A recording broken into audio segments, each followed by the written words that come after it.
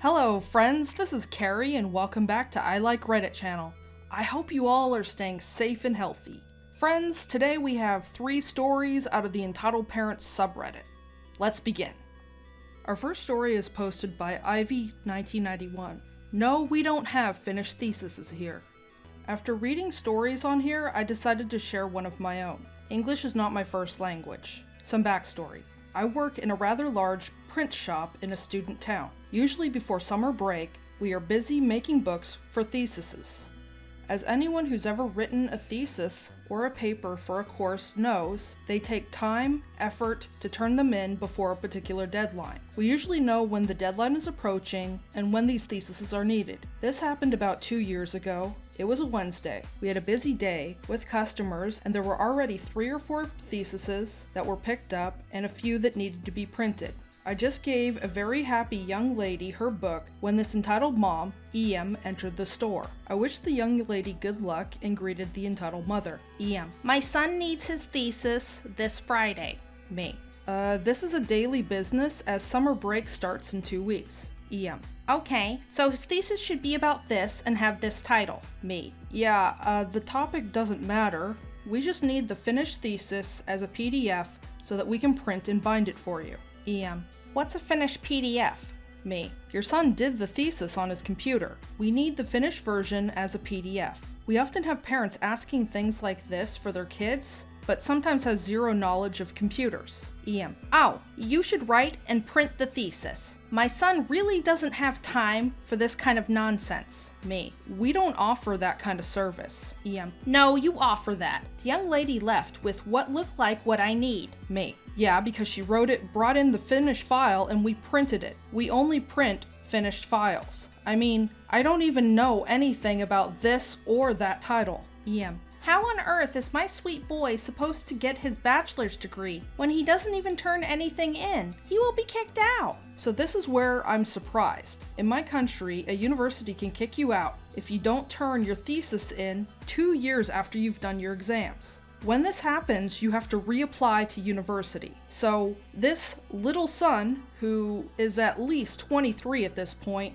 didn't do anything for the last 2 years. Me. If he somehow finishes it by Friday morning, we could express print it for you by 1 p.m. EM. No, you will do it for him. This is what you are here for. Me. No, we only do printing of finished files. We won't write it because it is nearly impossible to do that in 2 days. EM. So my son is going to be kicked out because of you. This is where my patience ran out. I have stuff to do, so I said, no, he's going to be kicked out because he's either lazy or stupid or both. EM mumbles something about rude service and storms off. My coworker just shakes his head in disbelief. We've seen parents picking up theses and complaining about finished products not being what they wanted because of what the kid needed because of the guidelines. We've had parents complain about prices even though they had agreed to that same price a few hours earlier. But we've never had a mother seriously come in and ask us to ghostwrite an entire thesis for her kid. Most of us didn't even get a college degree.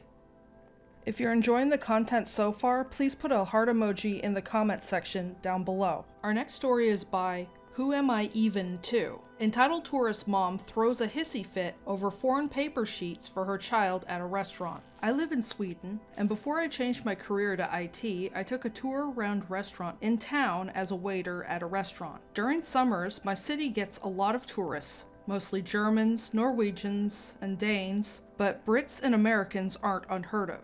This day, I was waiting on this American family of 3, a mother, father, and a son who was around 9 or 10. I immediately thought this was going to be a doozy because the mother immediately referred to me in English, neither asked, do you speak English, in either Swedish or English. With that said, a lot of us do speak English. I think the number sits around 94 to 95%, but it's still polite to ask, as there are a few who don't. They ordered their drinks and food, and I made my way back to the kitchen to give them the order. On the way back, I brought them their utensils. We also have these paper sheets with riddles, labyrinths, and some basic math questions with fruit and vegetables and animals to color for children who visit us, and together with some crayons. The riddles and word plays are obviously in Swedish, but foreign kids could still enjoy the labyrinths and coloring the animals. I gave the kid the sheet, and explained to him that while he won't understand the riddles, he could still have fun with the rest. And he seemed happy to have something to do, and then I left to wait on some other tables. This is where the fun, or should I say, entitlement begins. The mother calls me to their table and I go back to ask what's wrong. Me, how can I help you?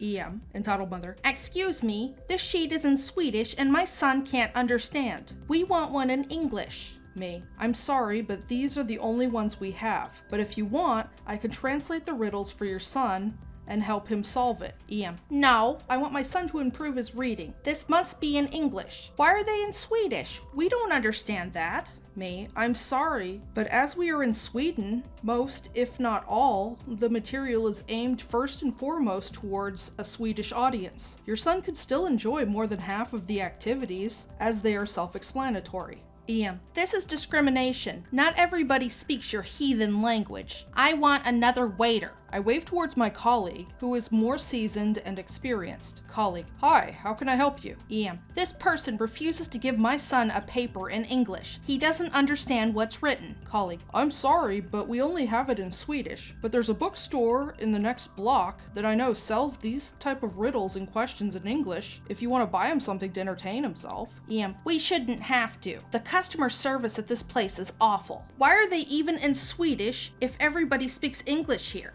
The funny thing is that while this is aspiring, her son sits there happily coloring the tiger. He's completely in his own world and seems to be having a good time. The rest of the night went fairly uneventful. She gave me the evil eye every time I went to serve them. She didn't even give us a tip either. This is no big deal as we don't have a tipping culture here. But it was still funny as she would probably freak out about it if she was the waitress. The son managed to finish about 85% of the stuff on the paper, only leaving out the parts that he couldn't understand. So I would say he was pretty satisfied. Our final story is posted by Craggle Tom. My mother tried to have me sent to military school, forged my dad's signature, and it all blew up in her face. After the last time I stood up to my mother when she threatened to spank me, she seemed to get more worried that if she did try to attack me, it would end very badly for her. So she mostly just yelled at me. She didn't lay a finger on me again until the events of wanting my house years later. I thought nothing of it and just continued with my usual routine of school and odd jobs. My 15th birthday was right around the corner and my dad presented me with an engine kit for my bike to help me get around town. He said I was better off saving for a car than a scooter, and this should do in the meantime. I ended up agreeing with his logic and kept saving for a car.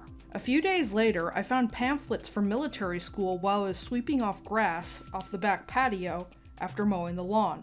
It was on the ground and under the chair near where she likes to sit and drink wine. I had a bad feeling she was cooking up some crazy scheme, so I waited until my dad got home to show him what I found. He was pretty mad, but he didn't jump to conclusions. So he went to see my mom with the pamphlet and asked her about it. Dad, honey, what is this? Mom goes ghost white at the sight of the pamphlets. It's nothing. I've never seen it before. Dad, really? Because if you were planning on sending OP to military school, you know I wouldn't allow it. That's when my mom's facade broke and yelled, he needs to learn some discipline. He locks his door all the time, and I can't even spank him anymore because he's too big. This is the only way left. I have to punish him for being a disobedient brat. Dad, OP has done nothing wrong when he stood up to you because of your stupid favoritism. If anything, our daughter is a brat because of you, the way you spoil her and let her get away with stealing from her brother. And as far as I'm concerned, this discussion about sending OP to military school is over. And if you try to send him, so help me, I will bring the hammer down on you in any way I can. Mom. Well, I guess the whole family is just going to take away what little power I have left in this house.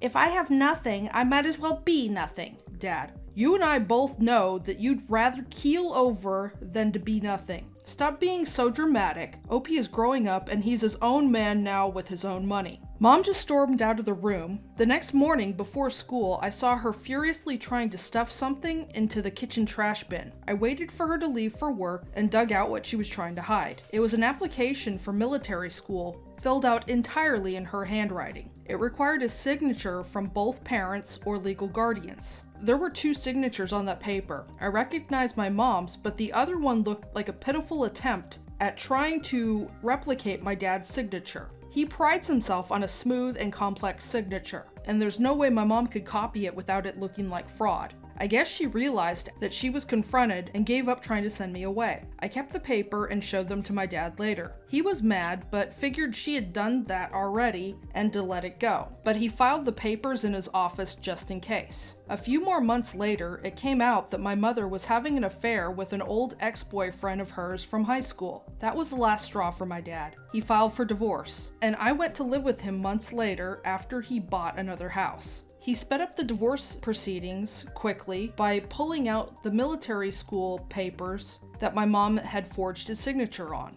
And it wasn't just that. He also had evidence that she had forged his signature at least once on a credit card application, and there was one other thing that I don't recall. That made my mom fear being arrested for fraud. It went through court pretty fast because she agreed to most of his terms. Mom got the house because Dad didn't want it, but she also demanded alimony and child support. My sister unsurprisingly chose to continue living with her. The judge awarded my mom child support and a minimum amount of alimony for a decade of monthly payments. The alimony basically covered my sister's allowance. My mom was pretty mad at that and threatened to take him back to court, but he held the forged signatures over her head for years to make her back down. On the day I left to live at my dad's new house, my sister stuck her tongue out at me and smugly said that Mommy told her that she was a princess and the more deserving sibling, and that was the reason why I was leaving the house. I just shook my head and told her to think whatever she wants because I didn't care anymore. Then walked out the door, finally feeling free as a bird. My relationship with my sister, when she came over to visit Dad's house once a week, only got worse after that, and finally we stopped talking altogether for years. I didn't really care to visit Mom's house. She pretty much gutted my room for a home office anyway. That's all the stories I have for today. Links to the original Reddit posts will be in the description box below. Please stop on by Reddit to show the OP some love and an upvote. If you enjoy my videos, please comment, like, share, and subscribe. Don't forget to hit the bell notification to let you know when I upload new videos. Thank you for watching and have a wonderful day.